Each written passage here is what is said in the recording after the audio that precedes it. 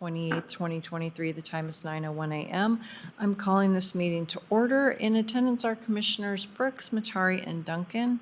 Are there changes to the agenda?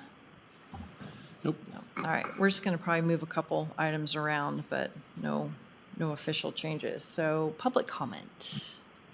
Hearing none, our first item, Airport Advisory Board meeting minutes update. Chair Cleary, would you like to lead us in that? Good morning, Commissioners. This is Brian Cleary, Chair of the Airport Board. Hope you all had an enjoyable Thanksgiving.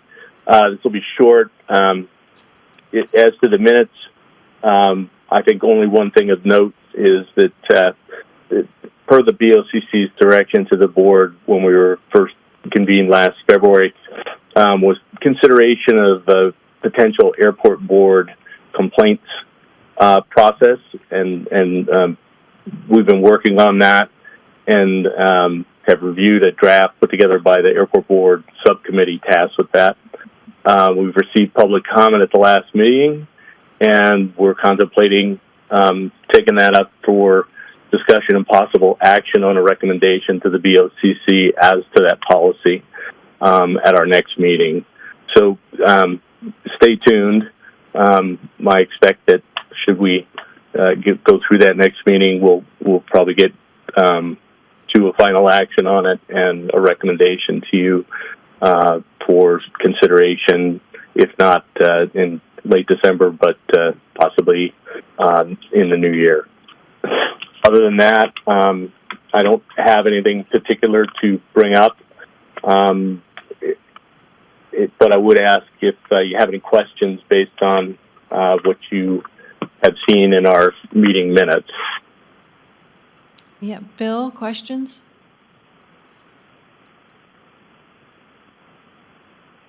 No. Okay, Bruce? No questions. All right, nothing here, Brian. Thank you very much. Okay, thank you. And I'll hang the line. I'm going to hold on to the line just to listen to the rest of the discussion. Absolutely. We'll go ahead and handle item 3 next, which is Stancraft lease addendums, because we've got parties from Stancraft here, so we want them to be able to go on. Gaston, are you going to lead us in this? Oh, turn on your, that's okay. Thank you. There we go. A few months ago, Stancraft had brought to the county a request to have an addendum to basically rewrite the refinancing clause in the leases and obtain new terms on a couple leases. We were looking after a little bit more clarity after that, and it was recommended that we basically go into more detail with Stancraft and see what their needs were, and then on the county side, develop a policy to basically guide us through this process and this process in the future. If I'm not here, if we're not here, with the airport's best interests are in mind, the county's best interests are in mind. So in conjunction with our own in-house legal, Kaplan and Kirsch outside aviation legal, and Stancraft legal, we came up with a pretty simple but clear policy on how to handle this going forward.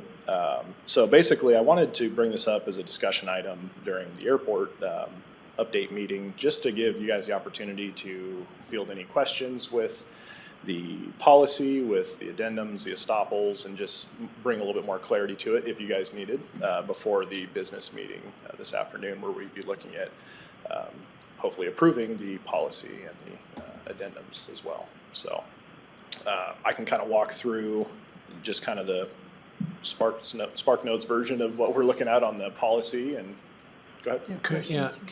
Yeah, I think the easiest way is just describe what it is that we're trying to accomplish. Mm-hmm. What is the intent of it? Yep. And then how are we accomplishing that? Yep, absolutely. So essentially,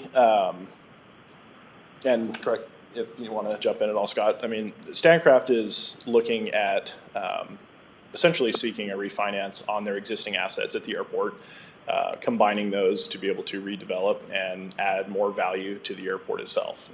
They're going to be installing new infrastructure and expanding their operation there. So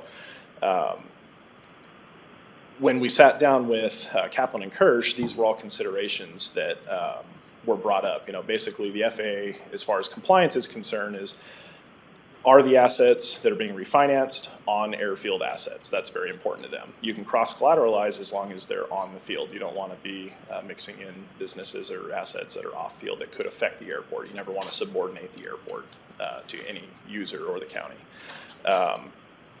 They did want to make sure there weren't any perpetual terms. I know that was the question of how far out can we go on terms. So just making sure that we clearly delineate that we're still sticking to our original lease, nothing more than 50 years. In this case, we're actually only modifying the term on 3 of the leases, and we're keeping those in smaller option increments as well. So that was very beneficial. So you're just addressing more or less compliance concerns with the FAA. And so this policy in a very simplistic way outlines that. So their biggest concerns are lease term, the leasehold mortgage. Now, that is something that is in all of our leases currently. If you took 100 leases across the country, different airports, maybe less than 5 would have an actual refinancing clause in there. It's not very common to have in there. So this isn't an unusual request for them to ask to refinance or be able to obtain the leasehold mortgage on leased property. So what the addendum is trying to do is a very common thing. But we just wanted to have further clarity and transparency and make sure all the boxes were being checked. So taking the step back and developing a policy on how to move forward was a very beneficial thing. So I think we've achieved that. The addendums, the estoppels were definitely written around compliance with this policy if it is adopted. So I think we're moving in the right direction as far as what suits us now and what will carry us into the future. All right, Bill, any questions? No, I have no questions. All right, Bruce? So I just want to make sure it's real clear that the money that is obtained from the refinance would be reinvested in the airport. Correct. And that the policy has been updated so that it applies equally to all stakeholders, I guess you could say, on the airport. Yep. And that was actually, I received a call from one of our users off the board as well, Steve Anderson, and we went through exactly what we're talking about now, and that was his concern. He's like, this isn't a Stancraft policy. I was like, no, this is an airport policy. If you are seeking some sort of a refinance, this is the piece of paper we're going to pull out of the file and say this is what we need to comply with, and this is how we'll move forward in evaluating the project, essentially. Okay. So, yeah, it's available to everyone. Okay. Thank you. Absolutely. Right. Scott, Keaton, did you guys have anything that you wanted to add? I think it was kind of covered. Thank you for having us, but no, unless there's specific questions from commissioners from you guys, I think this has been a long process, and it's been a good working example of how we can work together and how business and the county can work on the airport. So unless there's specific questions, I think we're rounding third, coming towards home. Okay. I'm good with that. All right. Item 2, Airport Director Update. And you guys are free to stick around or free to pack up and go. Thank you. I think we'll listen. Yeah, fantastic. All right. So basically what I wanted to do today, I mean, we haven't had a airport update meeting in a couple of months, so I think it was prudent now that I am the full-time director that I basically come forward with a list of identified tasks and challenges. Just kind of the 10,000-foot view since I've been interim director and now director. I don't want to say these are all issues or challenges because they're more or less, some of them are just tasks that need to get us back on track, point in the right direction, carry us into the future. So I put together a whole list here that's just, like I said, this is the 10,000-foot view. I'm not going to go into a ton of detail about it. These are just different things I've identified that we need to take a look at, evaluate, create plans for. So I'm going to kind of run through these. Definitely feel free to stop me at any point if you want any further clarification or questions on any one of these items. So I'll start with staffing. Basically, we need to look at updating the positions and job descriptions to include all duties performed at the airport. There's a little bit of a disconnect between what the current job description that we have on file is, what it states, and what they currently do. And it's also looking to reduce liability in that. Just a real quick example, like our ARF duties. All of our personnel that are operations personnel are fully trained ARF firefighters. The way our job descriptions are written, it makes it look like it's a fire extinguisher certification, essentially. So it's really bringing clarity that you need to be able to physically be able to perform firefighting duties, essentially. So just working with HR, that's something I'm going to be doing to update that and possibly have pre-employment physicals and screenings similar to that of like the sheriff's office or firefighting or firefighters. And expanding on exactly what our staff does, because I know in talks with Sylvia, there has been a little bit of question of, I didn't know you guys did that. So just bring more clarity to that. Looking at expanding the ops staff, in the short term, I would see by at least 2 positions on the front side and back side, adding a additional diesel mechanic and possibly an admin staff to be able to serve our users possibly through the weekends. We've been having a lot of call for that, or are you guys there on Saturday and Sunday to conduct admin business?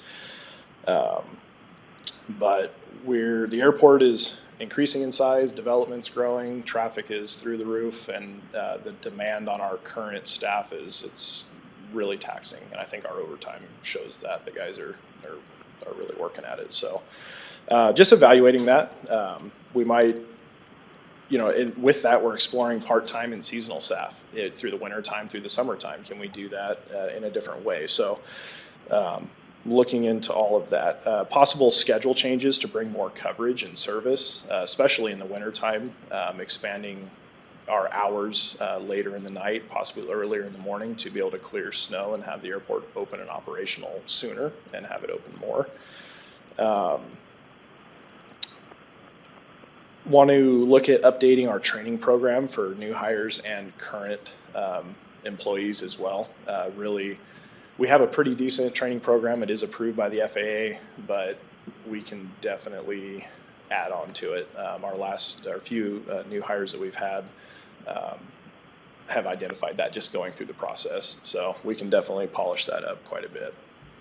I'll move into my next category here, which is safety on the airport. Probably the biggest safety concern that I have right now is the lack of an air traffic control tower on the field. We have more than doubled the allowable traffic on which the FAA looks at starting a tower study.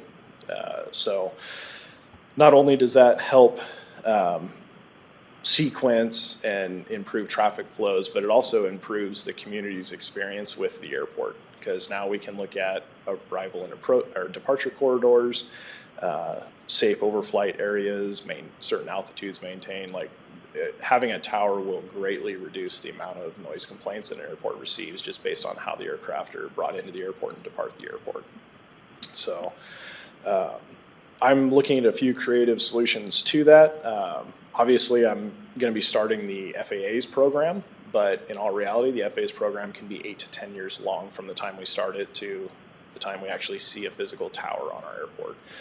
The safety concern is much greater than waiting 10 years to get there, so we're looking at temporary options. I know we've had a seasonal fire tower the last few years, but expanding on that, possibly getting them in a temporary facility that better serves for the next 10 years. So just looking at different creative solutions with that. There's a lot simpler ways to go about a tower than to build a full-blown tower that you would think. With that, also I'm in constant communications with the FAA regarding our AWAS augmentation. There are new challenges with that, just with new legislation that has come down the pipe, but I think we're actually moving towards a resolution on that, which is going to be great for the airport. Hopefully that is resolved before winter.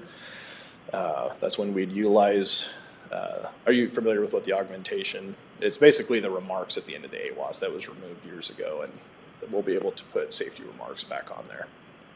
This can also be accomplished through a tower. When we have a tower, you actually have an ATIS panel, so they can put any remarks on. It makes it a lot easier when we're actually under a temporary tower, so that also helps that as well. Like I said, busier airport. As we move into the future, I would like to look at developing basically a friendly neighborhood procedures, a noise reduction procedure. We can do this in conjunction with the Airport Association, the Airport Advisory Board, and community outreach, but it's something a lot of airports are having to do. A big one would be Truckee Airport. They were having a lot of issues with overflight in different areas around the airport, and the community was starting to they were feeling the pain of the airport growing. We can mitigate a lot of that and be a really friendly neighbor by just having a simple diagram that shows these areas don't overfly them unless you're 1,000 feet or above. Please, if you're arriving and departing, do it over the highways. It would reduce our noise complaints by 80-90% easily if we developed a plan like that. So we need to be a good neighbor to the community as well. So definitely want to involve all users in that process, but definitely something I'm looking at. Is another one with safety, bringing our ARF station up to the current NFPA standards with inspections and training for readiness. The ARF, the Aircraft Rescue and Firefighting Station and personnel, is a huge part of our 139 certificate on the airport.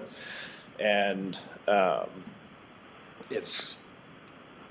we're compliant, but we could be much better as far as what's expected by the FAA as far as compliance.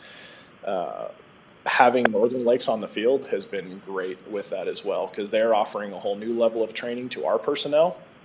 We are training their personnel. That has been an excellent partnership, having them on the field. And I think through the last incidents we've had on the field has really shown that. Everyone has worked very well together, and the level of service for emergency response in the airport has been fantastic in that regard. So just working on building that.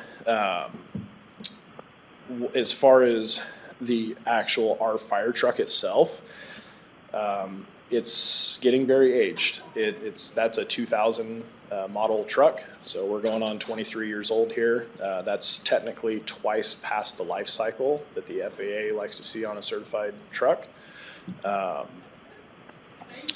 It's really starting to nickel and dime us on maintenance now. The age is really starting to get after it. So just looking at studying rebuilding it versus sending it out, basically a refurbishment versus a new ARF truck. There's definitely ways that we can procure equipment like that, but it's something we need to address because we're getting to the point where the readiness of that vehicle is at jeopardy right now. The FAA has recently certified a new foam system. It's not the AFFF anymore that has the PFAS fluorine in it.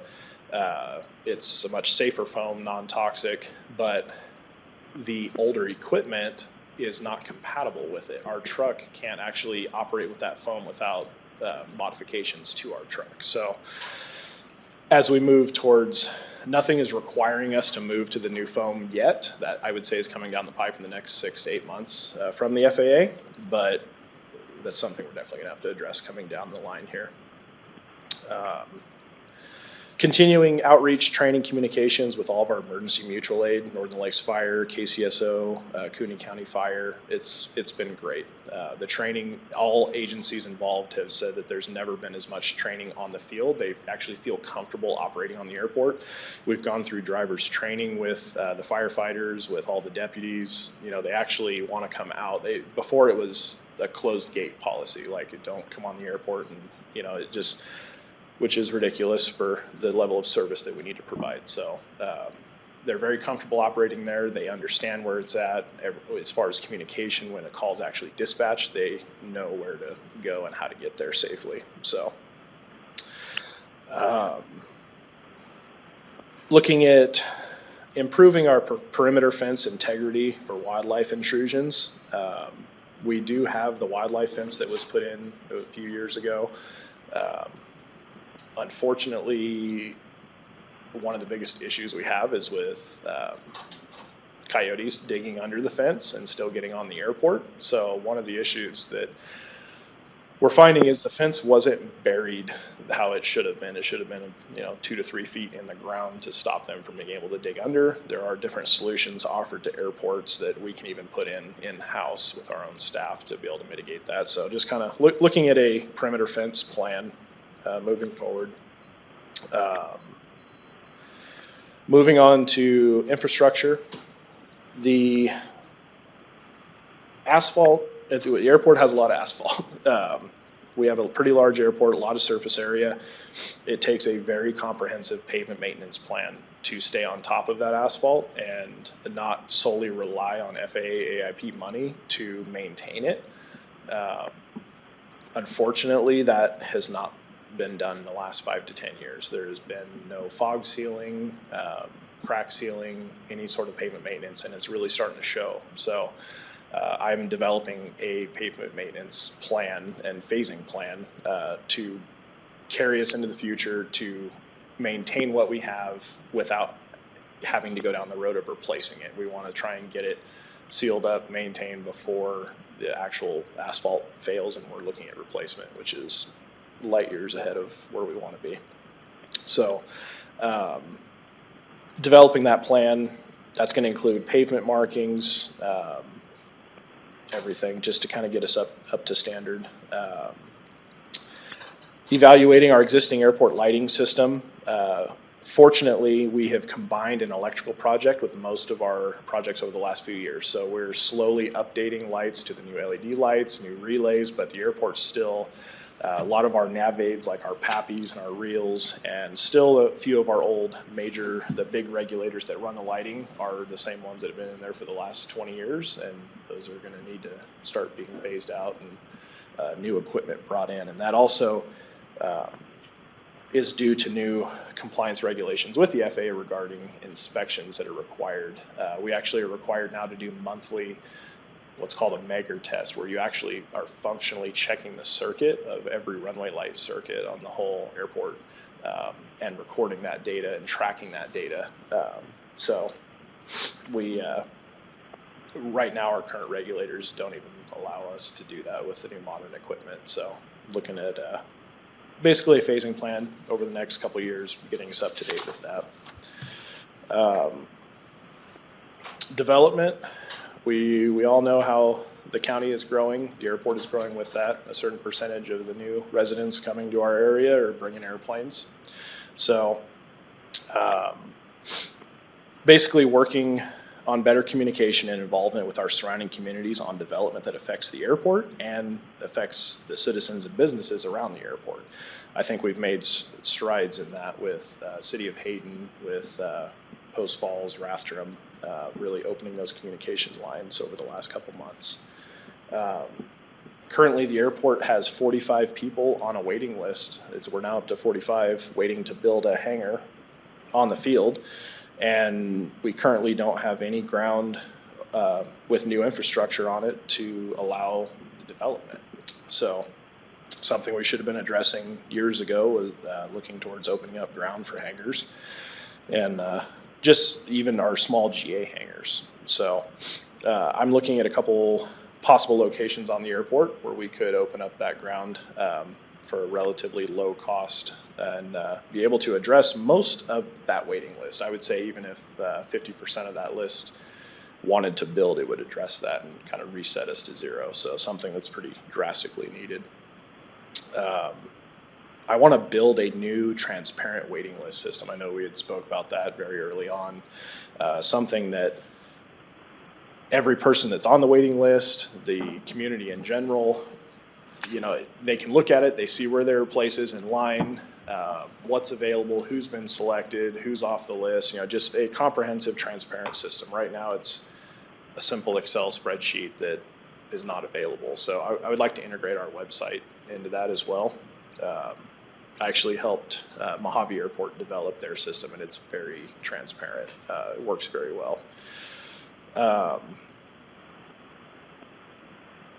We have had a pretty large call for an infield grass landing area at the airport. That's something that's pretty near and dear to a lot of users. We are in the region where a large portion of the aircraft that operate here are backcountry aircraft, and they use our airport as basically their in-town hub. They're flying aircraft in, and those aircraft are equipped in a way that with the large, balloon tires that way they can land out in the backcountry or at their house or wherever they're going with ease. But when they come here, they're landing on asphalt, which can actually tear up those tires pretty quick. They're pretty expensive. So they're landing in the infield, but there's no delineated area essentially. So we could make that a lot safer operation for the users of this region. So that's something that I've had a lot of call for is exploring something like that. I believe we can do it very simply and in-house, but something kind of cool we could offer to people.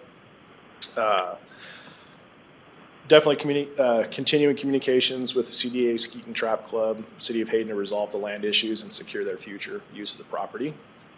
That's ongoing.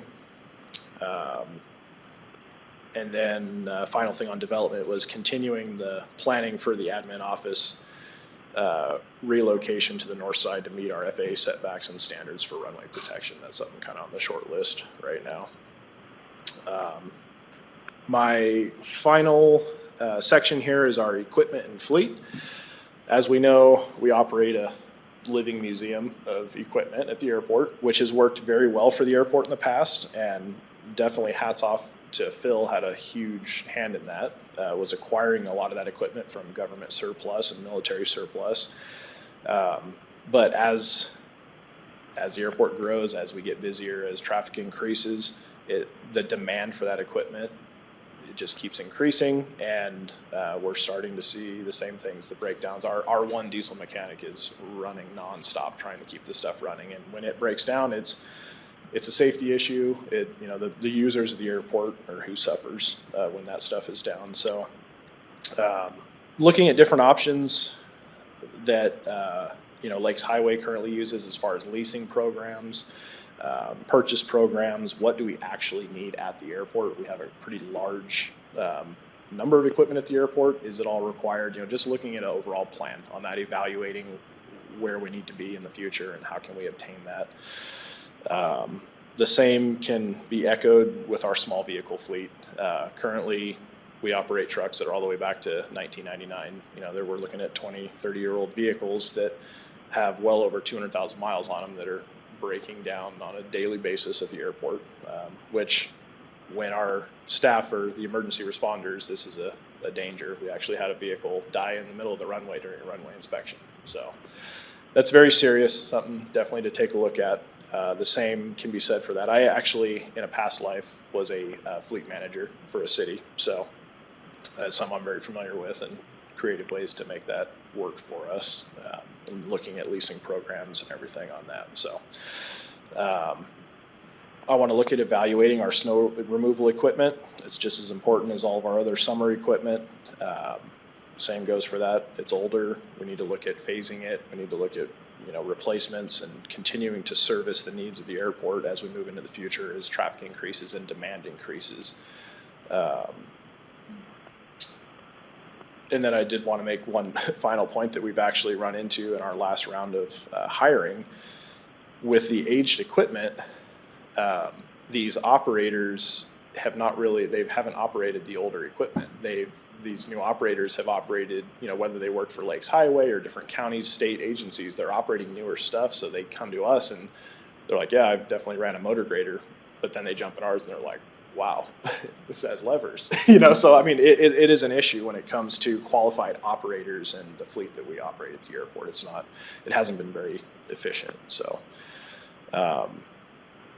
that completes my list. These are all things that I'm looking at, evaluating, moving forward. I'm going to be working hand in hand with the advisory board, with the users of the airport, validating all this. Nothing I want to do at the airport is ever done in a vacuum. So everyone's involved. You guys are involved. I think as a team, we can carry it forward and get us on the right track, but definitely things we need to look at addressing to keep us moving in the right direction. So I know it's a lot. Bill, any questions for Gaston?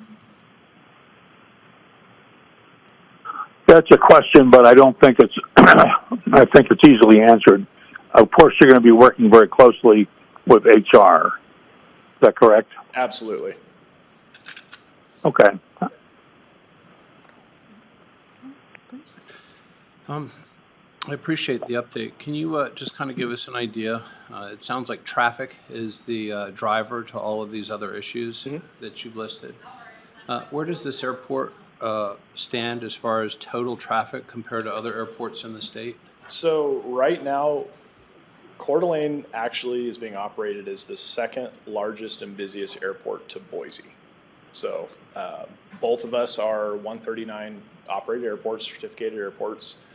We both follow the same set of rules. The major difference being Boise definitely has the larger commercial aspect.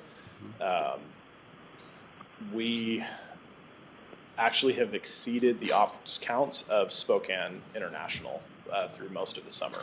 So to put that in, can you explain that a little bit? sure. Ops counts? Basically, an operation is a landing or takeoff of an aircraft. So when you look at, Spokane that had 300, 400 takeoffs or landings in a day, there were days that we were hitting 600 to 700 operations in a day at our airport, which that circles back to that need for the control tower.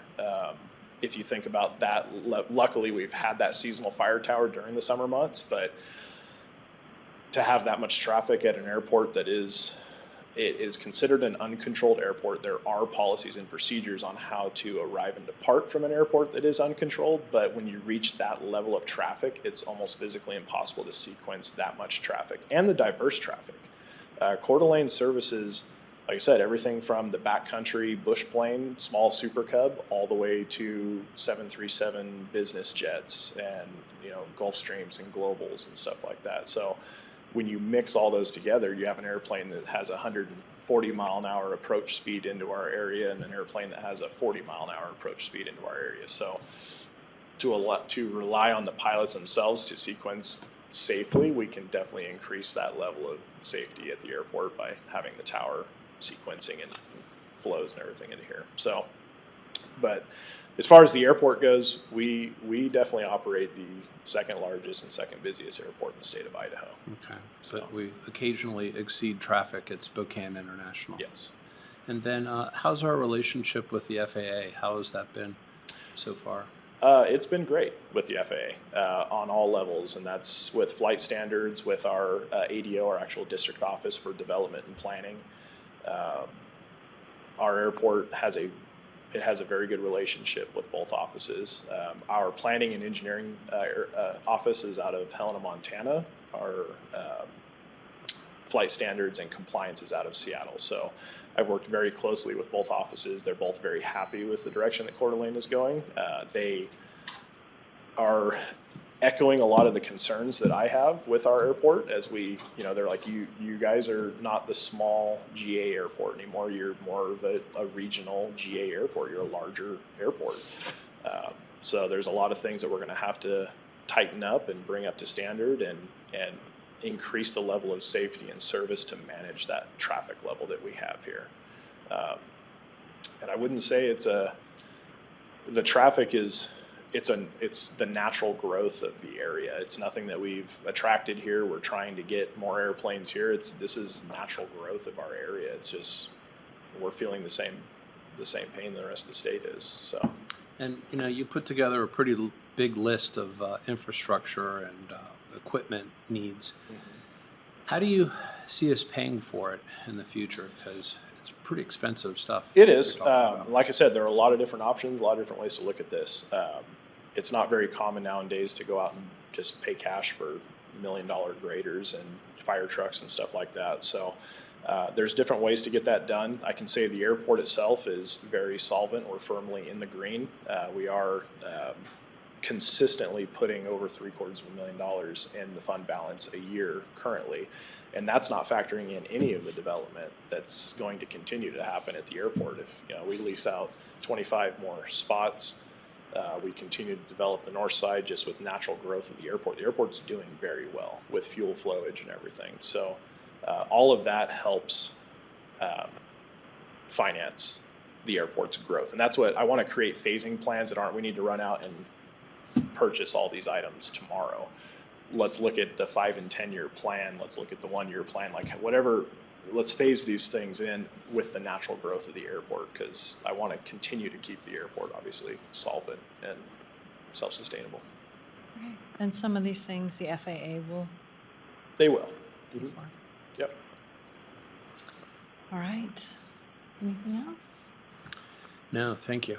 Absolutely. Thanks. All right, I'll call for public comment. Keith Brown with Stancraft. I just had one thing to add. My previous career in Jackson, I worked closely with the airport on the voluntary noise abatement procedure stuff at the FBO, and I can safely say Stancraft would be more than happy to help with that as far as documentation, providing it to pilots, and then also helping figure out what the noise abatement procedures should be for the future. Thank you. Yeah, thank you. All right, anybody on the line? Oh, I think we Commissioner have- Dunn. Yeah, This is Scott Hislop from Stancraft. I just wanted to also add that we have seen Stancraft brought in Customs Border Protection, so one can travel from Coeur d'Alene or travel into Coeur d'Alene from outside the U.S. And it's done very well. I don't have the numbers in front of me, but listening to Gaston this morning, I just thought I'd share with commissioners that some of our traffic is coming from Europe, is coming from Mexico, is coming from Canada, and it's a great stop to come in and be part of what we have here. So it's and that's something that Stancraft's brought in. We pay for, we take care of, that sort of thing. But so Coeur d'Alene is a great place, and as you guys all know, Kootenai County is an awesome place, and I think that's partly what's driving people to come. And we've enjoyed a great relationship with Gaston as well, so I just want to throw that out to the commissioners. I know we've done over 100 clearings in the last year. Oh, nice. And that's only from this spring or summer. Yeah.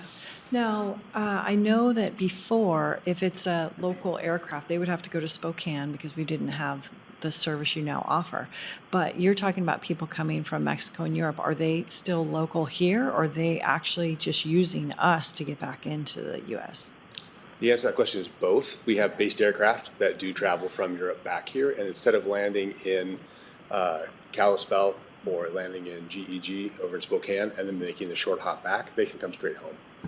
So that's been a real benefit to them. So our based aircraft are being served, which are also paying landing fees, and it's really helping our area. So they're, instead of going someplace else to buy fuel to come over and paying the fees, they're landing here. The large majority are Canadian. Okay. Perfect. All right. Somebody on the line? Was it you, Brian? Yeah, thank you. Brian Cleary, Airport Board. Gaston, the 600 to 700 ops per day that you had referenced, do you have a understanding of, roughly is how much of that's small general aviation type planes versus the, smaller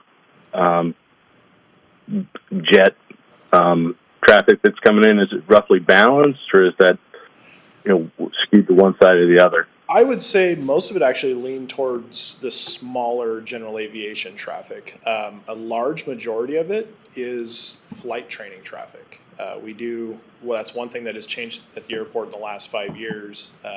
We have 3 very functional flight schools that operate pretty much nonstop at the airport. So a lot of those operations are training operations, takeoffs and landings from those aircraft. But I would say a good 75% of our traffic is the smaller GA piston traffic, with the 25% being the larger turbine stuff. Okay. And then you and I recently talked about the northern parcels that may be available in the process for getting those. I didn't hear you mention it, but what's the status on that, just for the benefit of the commissioners' knowledge? As far as just the property on the north side of the airport for development? Yeah, it's in process. Essentially, we have upwards of 150 acres on the north side that could be used for development.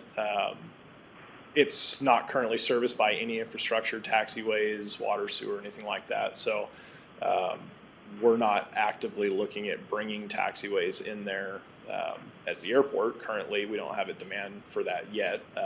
That area would definitely better serve larger category aircraft on that side as far as design category. We have plenty of developable ground south of runway 624 to service the smaller GA traffic, just kind of keeping that separate so we're not mixing big airplanes that could flow over small stuff. So just having it available. But yes, we do have roughly 150 acres that could be developed if the right need arose.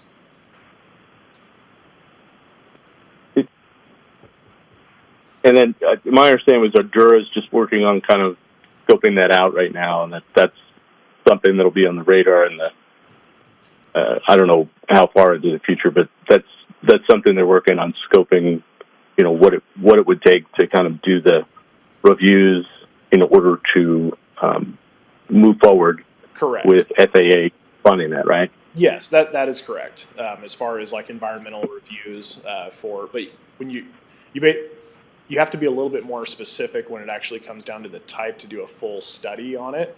But we are doing the preliminary environmental reviews that'll also apply to any property the airport wanted to purchase as buffer property to the north as well, just to keep that safety area open to the north of the airport. And that's more or less what Ardura is looking at right now, is what is required environmentally to buy that buffer property. As like an airport protection zone. Correct. Yep. Right. So there's really no immediate plan for development. It's more to keep that safety area around the airport and to increase that safety area and buffer zone. All right. Okay, thank you. Yep. All right, anybody else for public comment? All right, 9:43, meeting adjourned. Thank you all.